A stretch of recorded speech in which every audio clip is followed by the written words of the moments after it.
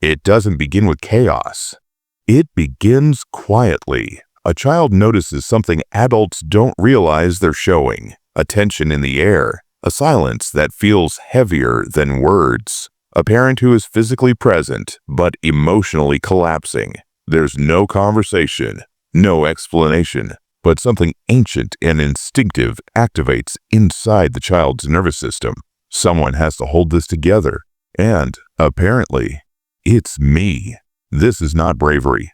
This is survival, and this is how a child disappears. Not by leaving, not by running away, but by becoming what the environment demands. They learn to smile at the right moments. They learn to stay quiet when emotions feel unsafe.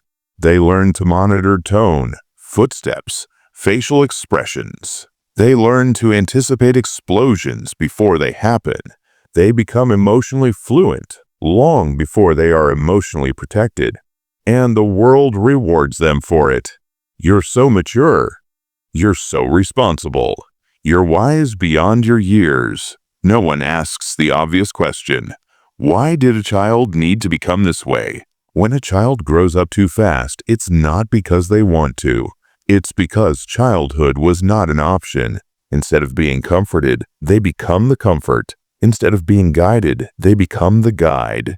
Instead of being protected, they become the protector. Psychology calls this parentification. It happens when a child is forced, subtly or overtly, to manage emotions that were never theirs to manage. Sometimes it's addiction, sometimes it's rage, sometimes it's depression, sometimes it's emotional absence, and sometimes it's nothing dramatic at all. Just a parent who needed the child more than the child needed the parent. This reverses the natural order of development, and when that happens, the brain adapts, not by growing, but by armoring itself. A child placed in this role learns one dangerous equation. Love is earned by usefulness. If I stay calm, maybe they won't fall apart. If I stay helpful, maybe I'll be safe. If I don't need too much, maybe I won't be abandoned. Over time, this creates hypervigilance. The nervous system never rests. It scans constantly. It prepares for impact. Even in quiet rooms, needs begin to feel threatening. Rest begins to feel undeserved. Joy begins to feel suspicious. And so the child does the most intelligent thing possible in an unsafe environment. They abandon authenticity for attachment, not consciously, biologically. Because for a child, connection is survival, even if it costs them their sense of self. As years pass, the child becomes exceptional at functioning. They become the good one, the responsible one, the achiever, the emotional anchor, the friend who listens, the one who never asks. They perform strength so convincingly that even they forget it's a performance. But beneath the competence, something aches, because the inner child didn't disappear. They were just buried, still waiting, still asking the question no one answered. Why didn't anyone protect me? Growing up doesn't end the pattern. It disguises it. The child becomes an adult who feels safest when in control, confuses exhaustion with purpose, struggles to receive care without guilt, feels uncomfortable in calm relationships, overfunctions while secretly resenting it. They may be praised for independence while feeling profoundly alone. They may be productive, yet disconnected, successful, yet empty, capable, yet constantly on edge. And the most dangerous part, they don't realize anything is wrong, because when dysfunction is familiar, it feels normal. Stillness feels wrong. Softness feels unsafe. Love feels like a debt that must be repaid. The nervous system learned chaos early. So peace feels unfamiliar, even threatening. At some point, this adult begins to wonder, why do I struggle to rest? Why do I feel numb during happy moments? Why do I overgive and underreceive? Why do I feel responsible for everyone's emotions? Why do I feel guilty for needing anything? And often the answers they give themselves are cruel. I am just too sensitive. I should be over this. Other people had it worse. I turned out fine. But fine is not the absence of pain. It's the presence of a mask. And deep down, they know it. Here is the truth most people never hear. What you did as a child was not weakness. It was brilliance. You adapted perfectly to an imperfect environment. Your nervous system learned how to survive before it ever learned how to feel. But what protected you then may be suffocating you now. The strategy is outdated, not wrong.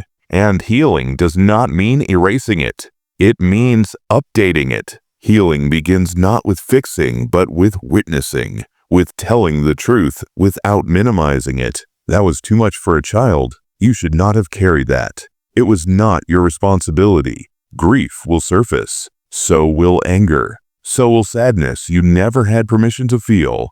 This is not regression. This is thawing.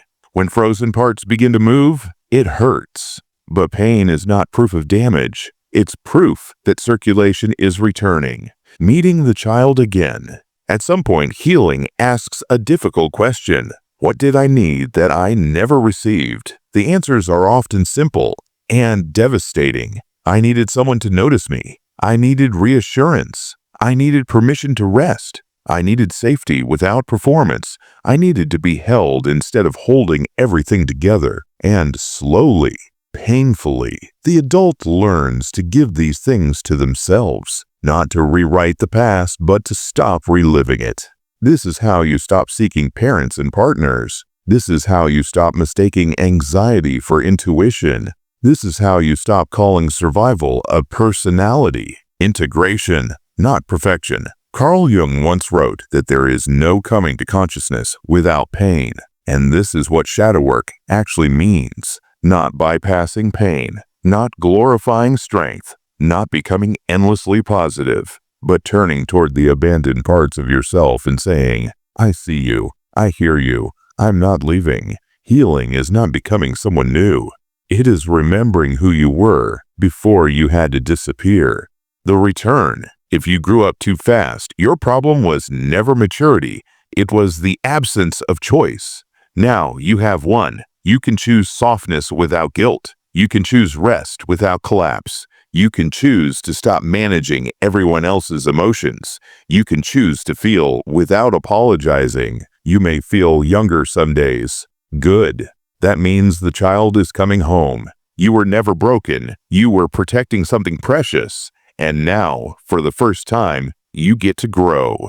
Not through fear, but through truth. You didn't get a childhood, but you still get a future. And this time, you get to be there for yourself.